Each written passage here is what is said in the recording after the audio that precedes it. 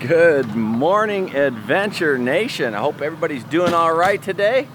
We are going to be leaving our campground here at Lake Conroe, just north of Houston, and we are heading over to the chaos that is Mardi Gras. This is the Motorhome Experiment.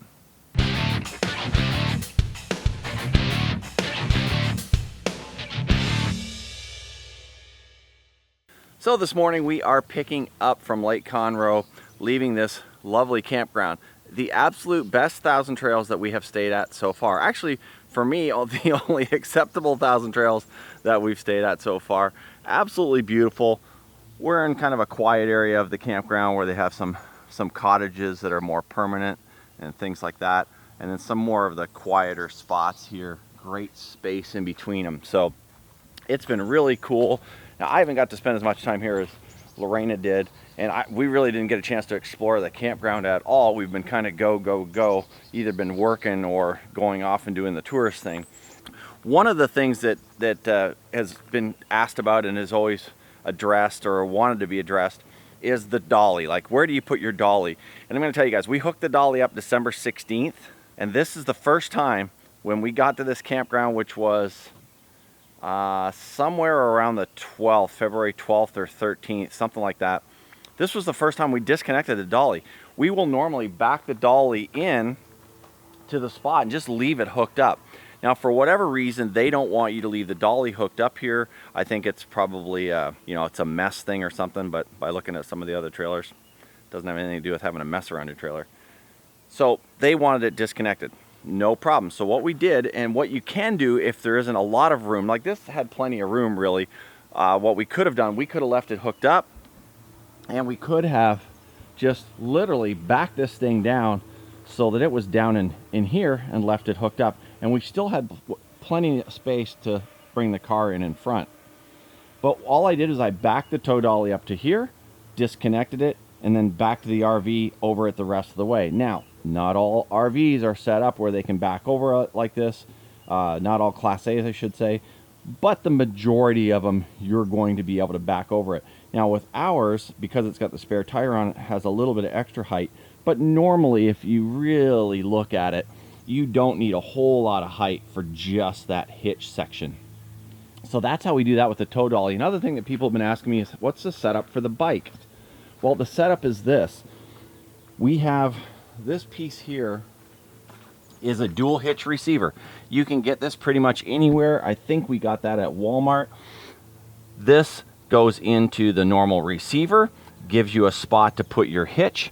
Then this upper receiver allows you a spot to put a bicycle rack. So with the bicycle rack on there, the tow dolly on there, you set up your bikes up on here, and it's an absolute perfect setup. Now, the friends that we've been hanging out with for the last couple of weeks, Raph and his family, they have a 4-bike setup. So you have to be careful on those because they stick out so far. You have to be careful that the car does not hit those. But for the most part, a 2-bike rack is going to be absolute perfect. So with that being said, it's time to, Lori's already inside getting ready. So I got to jump in the shower, get ready, and we're going to head down the road to New Orleans and Mardi Gras. This is a travel day, so this is going to be fun. We're going to roll the cameras, see what happens. Are you ready to go? No, I'm still working. Okay.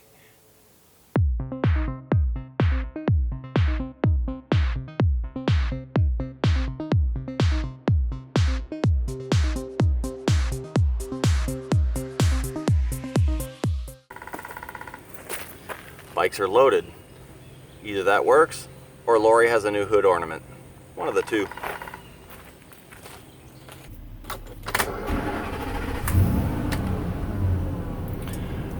All right, sweating like a stuck pig, but time to get on out of here.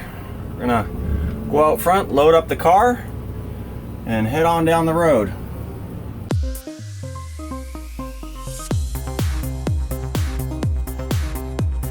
Don't think we left anything back there.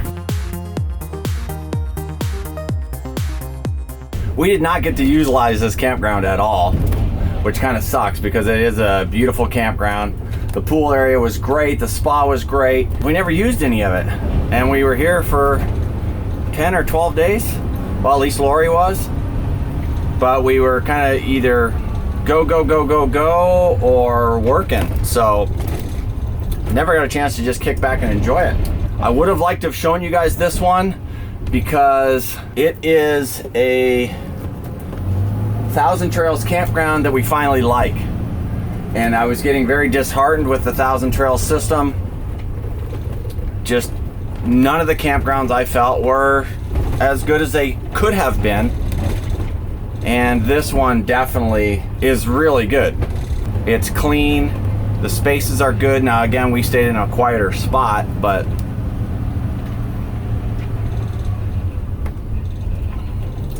and I think we'll just hook up right here.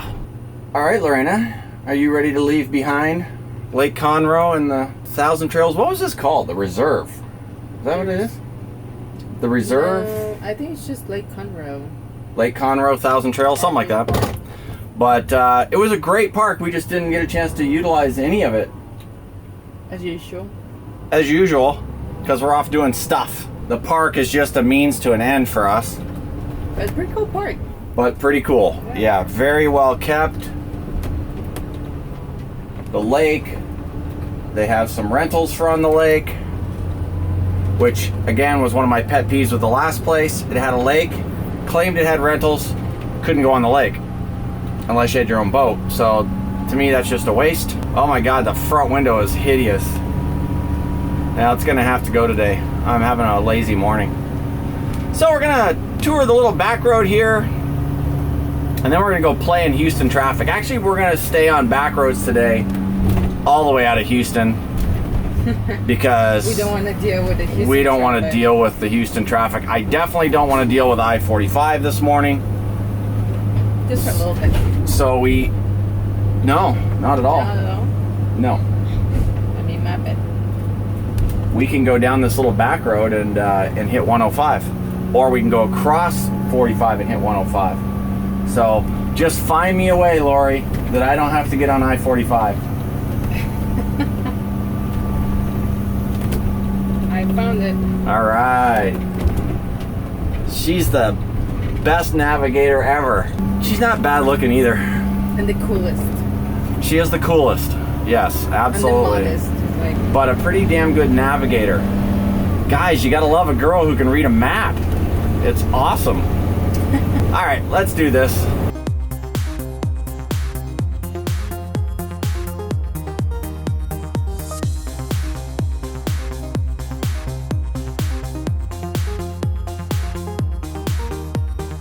We are now entering the little town of Cut and Shoot, Texas, which has to win most unique town name that we've seen so far.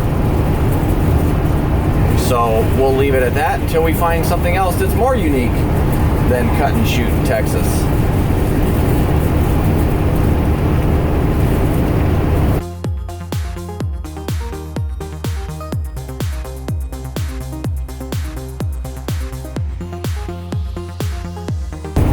Wow, only 5 miles to China. I think we made a wrong turn somewhere.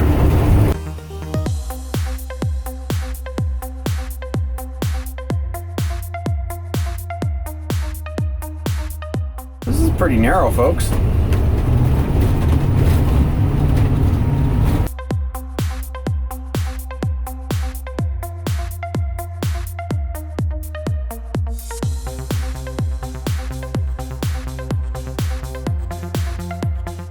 So Port Arthur's a pretty decent sized town by the looks of it.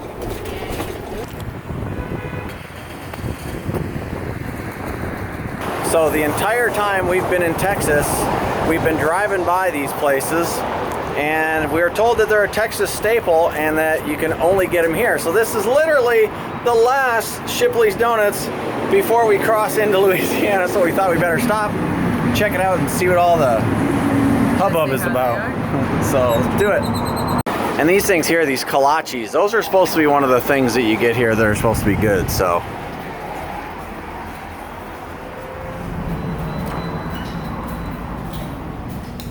I'm here for the donuts. So yeah, we got a couple of chocolate twists, basically chocolate iced donuts. And we actually got a sausage and cheese kolache. We're gonna take the sausage out. They don't have vegetarian kolaches. We just wanted to try one. So, should be interesting. So basically we're having a cheese kolache.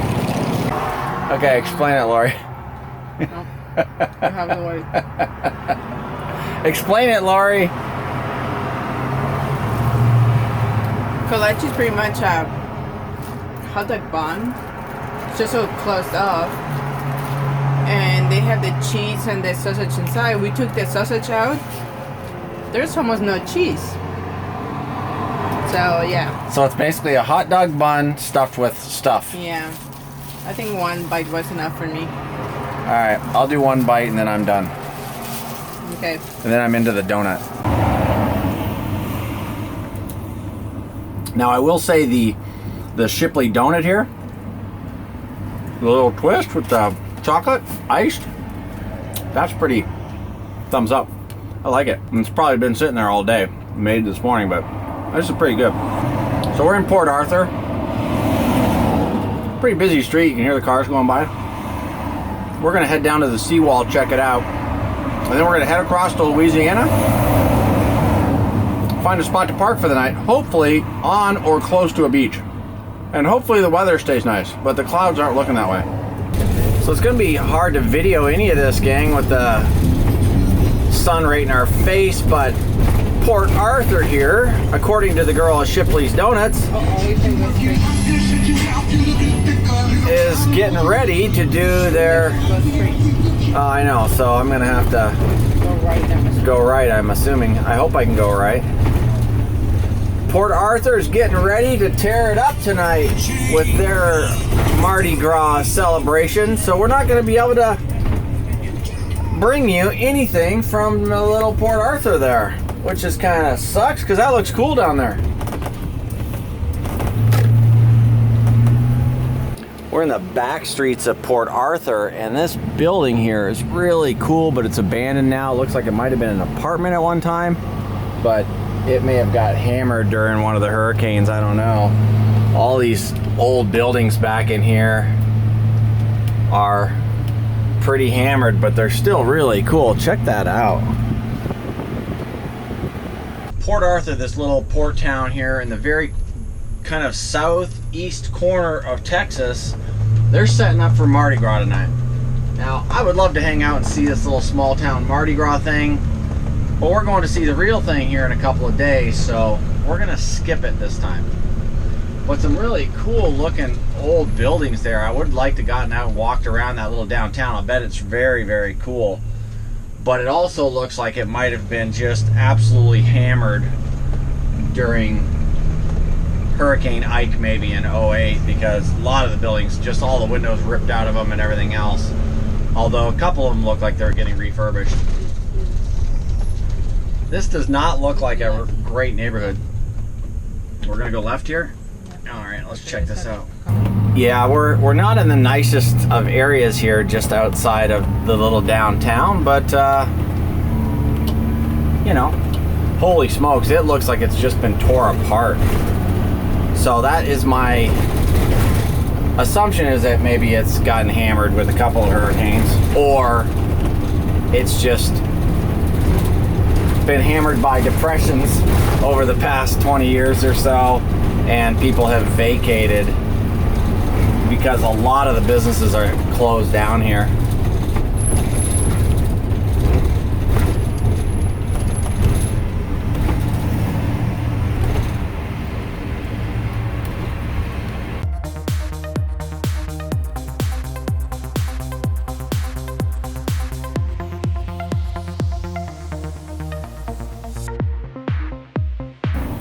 So that sign says, "Welcome to Pleasure Island." I have no idea what that means. This is an island. Yeah, but Pleasure Island? Like there's fun stuff to do out here? Maybe for other people.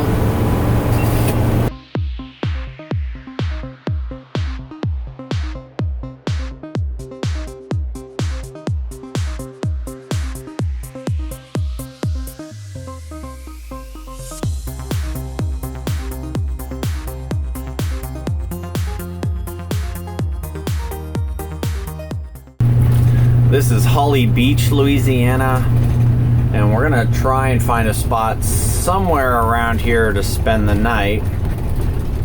Hopefully near the beach. It says there's spots here close to the beach, just not on the beach. So we're gonna figure that out here in just a second.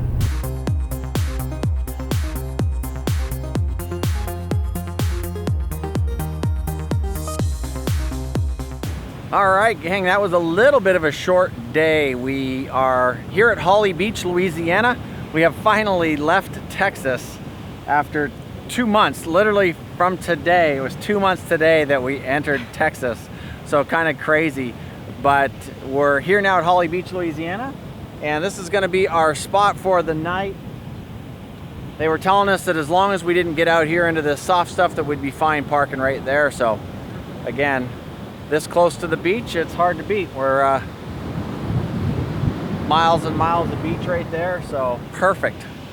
And then tomorrow we venture into, no, we have one more night we're gonna boondock before we get to New Orleans, and then we're into the chaos that is New Orleans and Mardi Gras, and that should be a lot of fun. So right now we're gonna get some work done. So if you guys could, it'd be great if this is your first time here that you subscribe to the channel, stay up to date on everything we're doing.